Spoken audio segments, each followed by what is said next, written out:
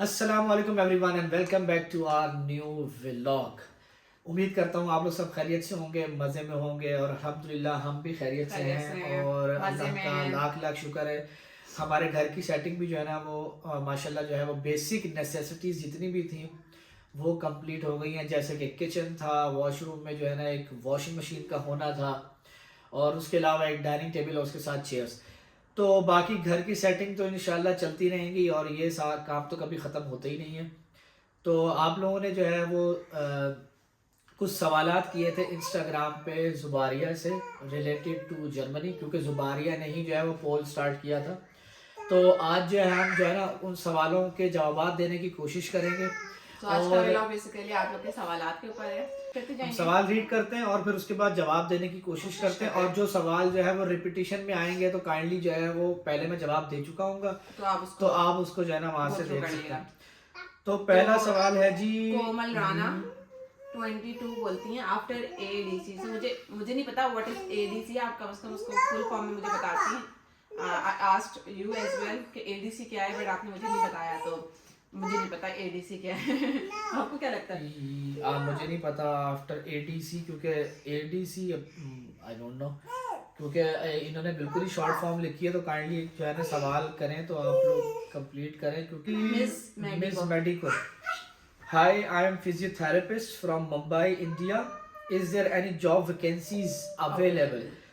जनाब, आप already physiotherapist हैं और जर्मनी के अंदर जॉब वैकेंसीज तो मिल जाएंगी आपको, क्योंकि जर्मनी मेडिकल को फील्ड जो में है वो हर साल जो है वो बहुत सारे स्किल्ड वर्कर्स चाहिए होते हैं। और स्किल्ड वर्कर्स की कैटेगरीज में जो है ना वो आईटी के और मेडिकल के और इंजीनियरिंग, नर्सिंग साइड ये ये सारी सब जो चीज़ें। है वो स्किल्ड वर्कर्स में आते हैं।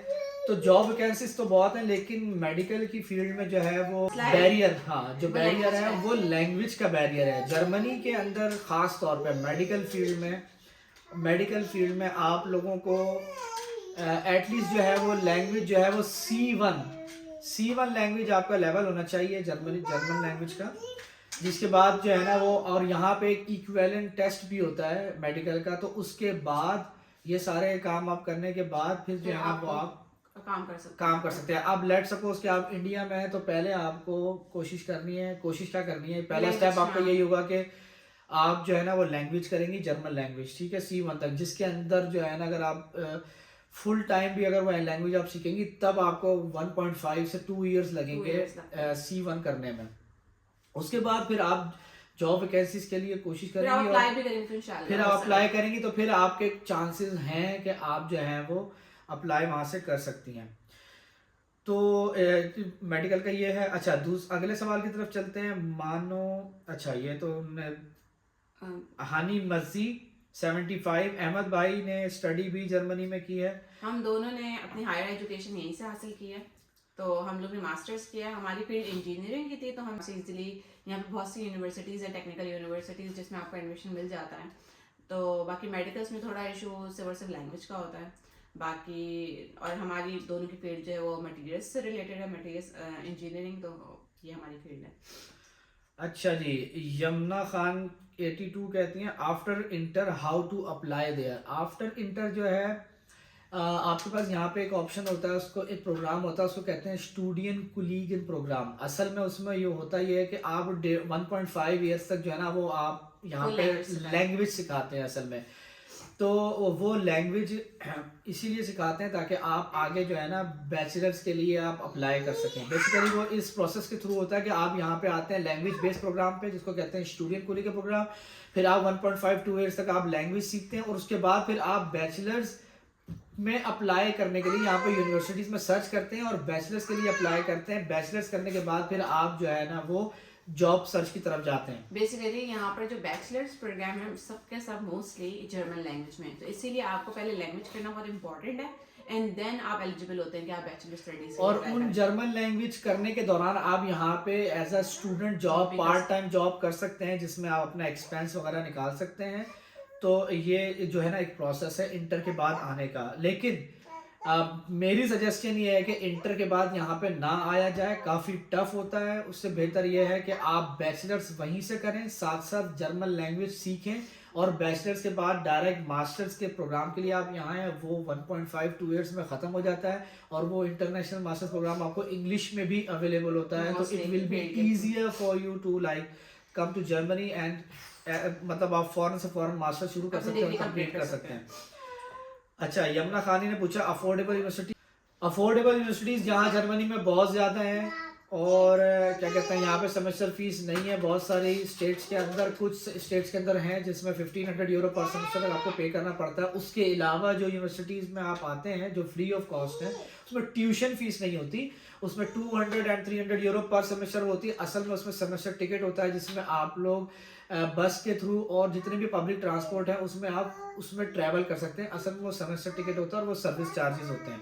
तो there are a lot of affordable universities in Germany.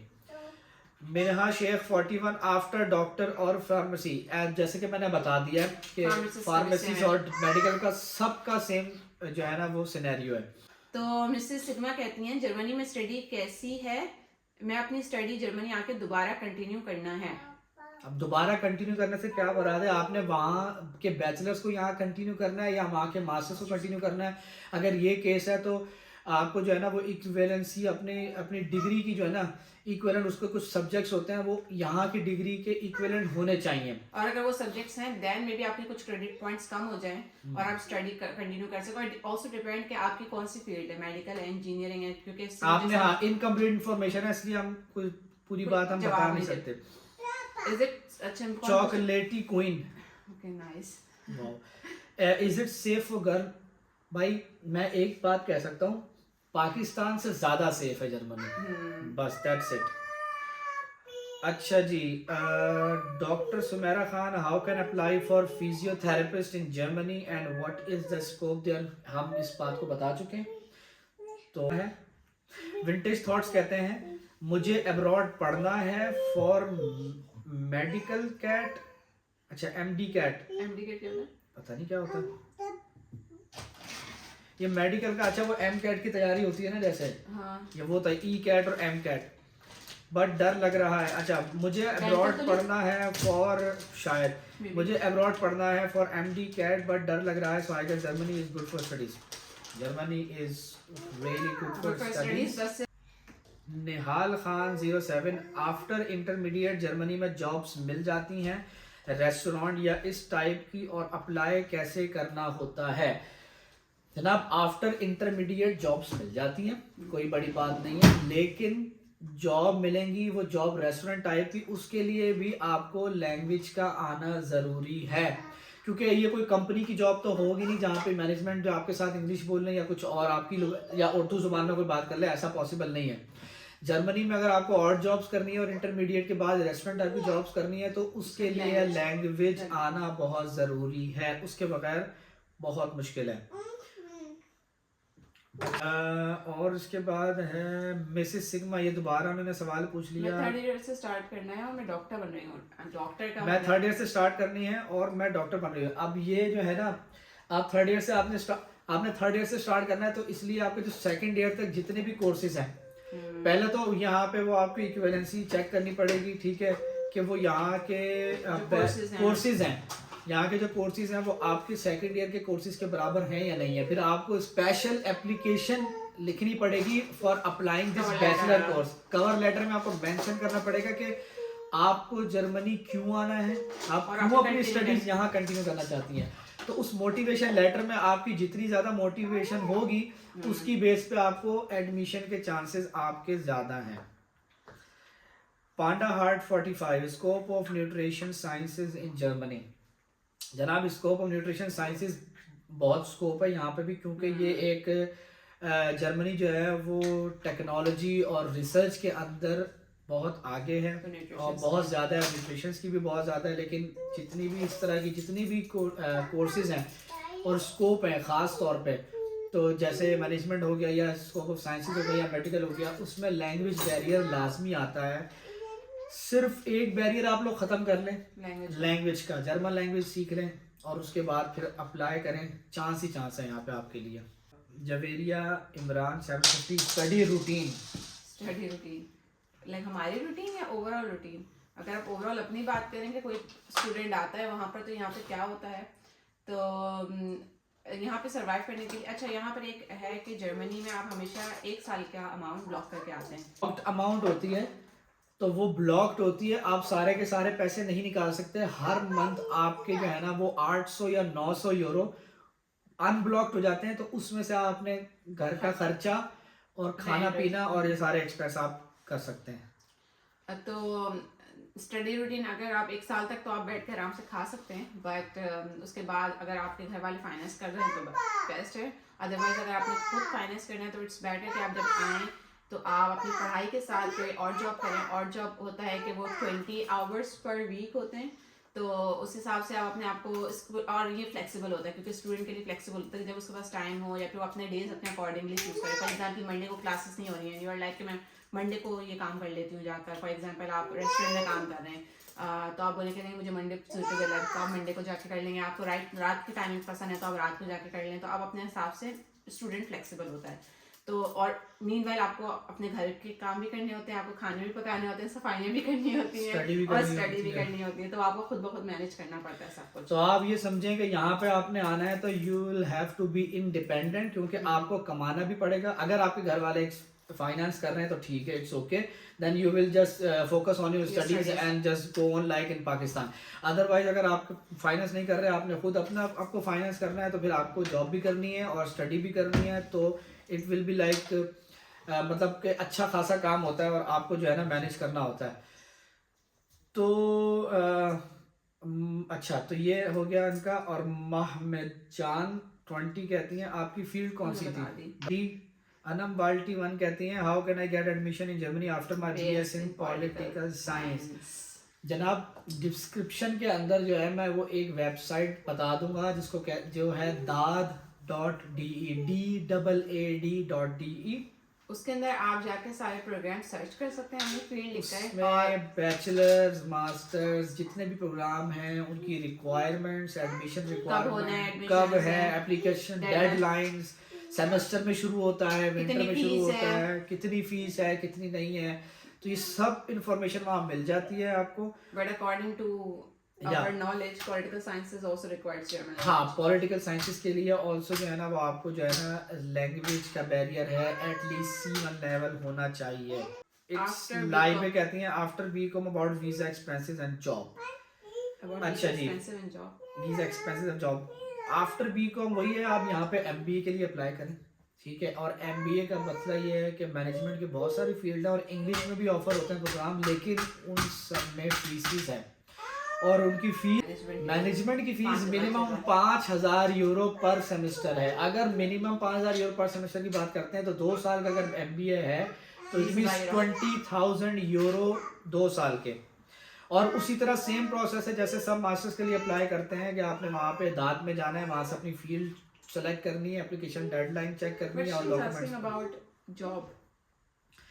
There are a lot of jobs in commerce and management और But उसके अंदर लैंग्वेज बैरियर भी थोड़ा कम है। मैनेजमेंट की जॉब इंग्लिश में अवेलेबल हैं, लेकिन मसला ये कि जब आप यहाँ स्टडी करने आते हैं तो उसकी कॉस्ट बहुत ज़्यादा है। लेकिन मैनेजमेंट की भी रिक्वायरमेंट जर्मन है, लैंग्वेज रिक्वायरमेंट है, लेकिन फिर भी मैनेजमेंट में बहुत सारे ऐसे लोग हैं हमारी जो है ना सर्कल में जिनको बहुत आसानी से जो है ना इंग्लिश की जॉब मिल जाती है। बट वो आप अपने आप के ना चॉइसेस को नैरो कर देते हैं, डिपेंड करता है कि आप किस कंपनी में अप्लाई कर रहे हैं। हाँ, क्योंकि जो बहुत सारी कंपनी मल्टीनेशनल होती हैं जिनका ताल्लुक जो है वो इंटरनेशनल कस्टमर से होता है, तो वहाँ पे मैनेजमेंट इंग्लिश में चल जाती है।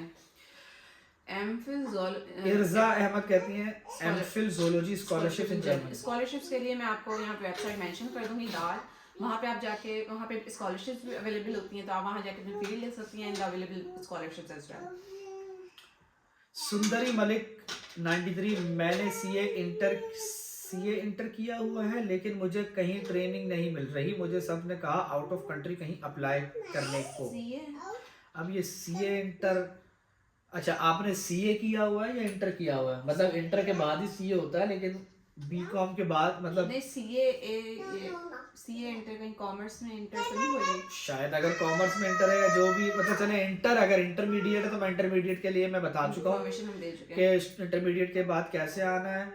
और अच्छा, रबियानाज 444 कहती हैं is Germany are good, is Germany universities, अच्छा इस जर्मनी यूनिवर्सिटीज जर्मनीज यूनिवर्सिटीज जो हैं वो बहुत अच्छी हैं जी।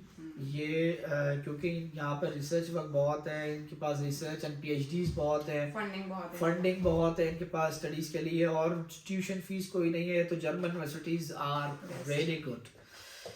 बिंजा सईद, मैं पाकिस्तान से हूँ, प्लीज़ कोई वर्क फ्रॉम होम जॉब बताएं प्लीज़। अब ये टॉपिक नहीं है वर्क फ्रॉम होम जॉब बताएं, लेकिन there are lot of work from home job. Kindly internet को जो है वो इस्तेमाल करें, इसके अलावा इंटरनेट को सर्च करें, यूट्यूब पे सर्च करें, there are hell of jobs के जो आप वर्क फ्रॉम होम कर सकते हैं। थोड़ा सा आपने जो है ना वो रिसर्च अपना बढ़ाना है यूट्यूब पे, तो इस पे भी इंशाल्लाह इस टॉपिक पे भी बात करेंगे।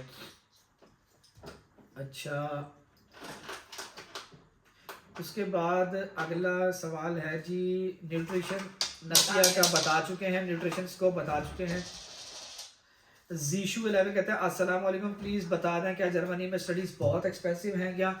जर्मनी में स्टडीज़ जो है वो बिल्कुल भी एक्सपेंसिव नहीं है, लेकिन जो है वो अब आजकल जो है वो ज़्यादा महंगाई बहुत बढ़ गई है भाई, और यूरो बहुत महंगा हो गया है। यूरो इस वक्त जो है वो 311 रुपये का चल रहा है, 1 यूरो 311 रुपये, इट्स अ लॉट। मतलब जब मैं आया था तो तब 110-111 रुपये का था, और अब 311 रुपये का है। लेकिन स्टिल अगर आपके पास इतना फाइनेंस आप कर सकते हैं 1 साल का, तो 1 साल के अमाउंट ब्लॉक करवा के आप जर्मनी आ जाओ, फिर यहाँ पर फॉरेन जो है ना स्टडीज एक्सपेंसिव नहीं है, ट्यूशन फीस कोई नहीं होती, तो इसलिए।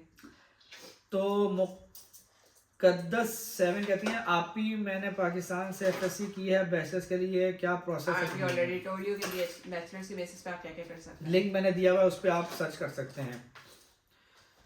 अच्छा, KDJ 12077, I want to study medical like department और रेडियोलॉजी। मेडिकल के बारे में बता चुका हूँ मैं। रेडियोलॉजी की बहुत स्कोप है यहाँ पे बहुत डिमांड है, तो अगर लेकिन वही इशू है जर्मन लैंग्वेज का। अगर आप रेडियोलॉजी कर आ रही हैं या आपको यहाँ पे आके स्टडी करना है तो स्कोप है, लेकिन लैंग्वेज का बैरियर है। Scope of DPT, doctor Atiya Shameen कहती हैं जी scope of DPT in Germany, scope of DPT है, हमारे सर्कल में भी कई ऐसे हैं यहाँ पे जो डीपीटी करके आए, लेकिन यहाँ आने के बाद उन्होंने पहले लैंग्वेज की है C1 तक, और उसके बाद फिर वो टेस्ट देंगे इक्विवेलेंट का, और उसके बाद फिर उनकी कहीं जॉब को वो उनको जो है ना चांस मिलेगा कि वो जॉब कर सकते हैं। क्योंकि जो केमिकल नेम्स हैं, जो मेडिसिन्स के नेम्स हैं, वो आपको जर्मन में आपको सीखने पड़ते हैं, तो इसलिए आपको वो लैंग्वेज करनी पड़ती है और इक्विवेलेंसी टेस्ट भी देना पड़ता है। अच्छा, बहुत सारे मेडिकल नेम जो है वो जर्मन और इंग्लिश के सेम भी हैं, लेकिन फिर भी आपको जर्मन में जो है ना सारे के सारे सीखने पड़ते हैं, क्योंकि आपको पहले लैंग्वेज का बैरियर खत्म करना होगा, और उसके बाद फिर आप मेडिसिन में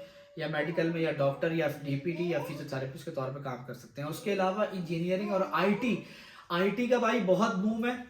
आईटी की रिमोट आईटी का किसी ने नहीं पूछा हुआ, आईटी की रिमोट जॉब्स हैं, घर पे बैठ के काम करना है, और उसके लिए लैंग्वेज बैरियर भी नहीं है। सबसे बड़ी बात है इंग्लिश की इतनी सारी जॉब्स हैं, और इजीली मतलब जो है ना वो आपको इवन कि आप जो स्टडी कर रहे हैं तो उसके साथ साथ आपको जो स्टूडेंट जॉब है वो भी आपको इजीली कंपनीज में मिल जाती है। और सोशलाइज होने के लिए देखें, इंटीग्रेट होने के लिए, सोशलाइज होने के लिए आपको जर्मन लैंग्वेज का बैरियर आएगा। डॉक्टर की अपॉइंटमेंट लेनी है तो जर्मन है आपका, कल को जो है यहाँ पे अगर आपके बच्चे हैं और जो है वो फैमिली है और इंटीग्रेट होना है, डॉक्टर से अपॉइंटमेंट है, डॉक्यूमेंटेशन आपने करनी है, फॉरेन ऑफिस से अपॉइंटमेंट है, डॉक्यूमेंटेशन, इतनी ज़्यादा डॉक्यूमेंटेशन है जर्मनी में, इतनी ज़्यादा, तो उसके लिए जर्मन लैंग्वेज की रिक्वायरमेंट बहुत ज़रूरी है। तो बेसिकली जो है ना वो आप एनी हाउ आपकी कोई भी फील्ड हो, यहाँ पे मेरी सजेशन यही होती है कि काइंडली जर्मन लैंग्वेज को सीख लें, क्योंकि और आने से पहले सीख ले। एक और लाइफ बहुत बिजी हो जाती है। हाँ, यहाँ लाइफ बहुत बिजी है, आपको बिल्कुल टाइम नहीं मिलेगा जर्मन लैंग्वेज का कि आप सोचेगा नहीं मैं वहाँ जाके कर लूँगा और सीख लूँगा, नहीं मिलेगा टाइम। ये मेरा एक्सपीरियंस है, मुझे 7 साल हो चुके हैं जर्मनी में और इनको 6 साल हो चुके हैं। तो और दूसरी बात ये मेरी सजेशन है कि भाई जर्मन लैंग्वेज, एक और सजेशन ये है कि काइंडली वहाँ से ड्राइविंग लाइसेंस जो है ना पाकिस्तान का बनवा के लाइएगा यहाँ पे, ताकि आप यहाँ पे आके फौरन पहला स्टेप भी ये करें कि यहाँ पे आके फौरन अपना लाइसेंस जो है ना वो कन्वर्ट करवाएं। उसके लिए आपको थ्योरी का टेस्ट देना होता है, वो एक डिफरेंट टॉपिक है, इस पर भी इंशाल्लाह कभी बात करेंगे। अगर किसी को है थ्योरी टेस्ट और प्रैक्टिकल टेस्ट देना होता है तो फिर आपको लाइसेंस बन जाता है। तो क्या कहते हैं, तो ये था ओवरऑल जो है वो आप लोगों के सवालों के जवाब देने की हमने पूरी कोशिश की है। और इन डिटेल अगर आप लोगों को और भी जानना है तो काइंडली कमेंट्स करें, में बताएं ताकि हम नेक्स्ट वीडियो फिर उन सवालों की बेसिस पे बता हाँ सकते हैं। कमेंट्स में बताएं। और काइंडली इन डिटेल थोड़ा, अगर डिटेल में जवाब चाहिए तो डिटेल में बताएं, ताकि हम आपको फिर डिटेल में गाइड कर सकें। और अगर जनरल है तो जनरल तो हमने आपको बता ही दिया है। तो सारे हमने सवालात के जवाब देने की कोशिश की है। और अगर किसी के अभी भी और भी सवाल हो तो काइंडली कमेंट्स में बताइए, इंशाल्लाह जवाब देने की पूरी कोशिश करेंगे।